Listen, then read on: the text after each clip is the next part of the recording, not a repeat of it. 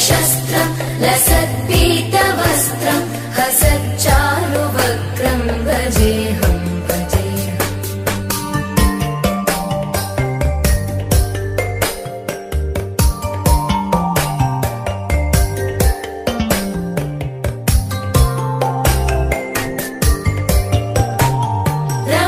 रमाकण्ठहारं श्रुतिव्रातसारं जलान्तर्विहारं धराभारहारं चिदानन्दरूपं मनोज्ञस्वरूपं धृतानेकरूपं भजेऽहं भजेऽहम्।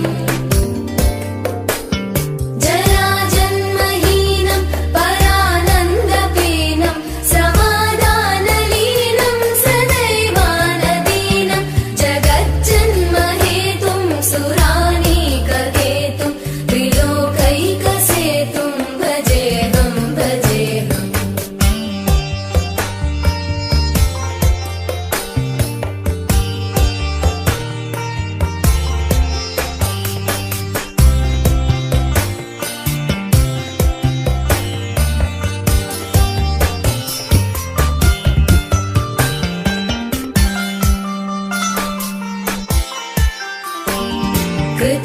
कृताम्नायदानं खगाधीशयानं विमुक्तेर्निदानं हरारातिमानं स्वभक्तानुकूलं जगद्वृक्षमूलं निरस्तार्थशूलं भजेऽहं भजेऽहम्।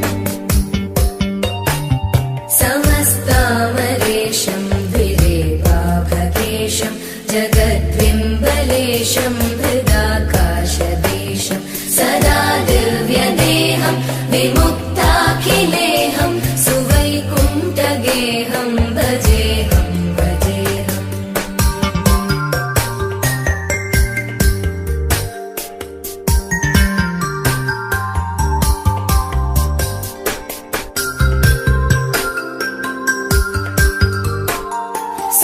सुरालीबलिष्ठं त्रिलोकीवरिष्ठं गुरूणां गरिष्ठं स्वरूपैकनिष्ठं सदा युद्धधीरं महावीरधीरं भवाम्भोधिधीरं भजेऽहं भजेऽहम्।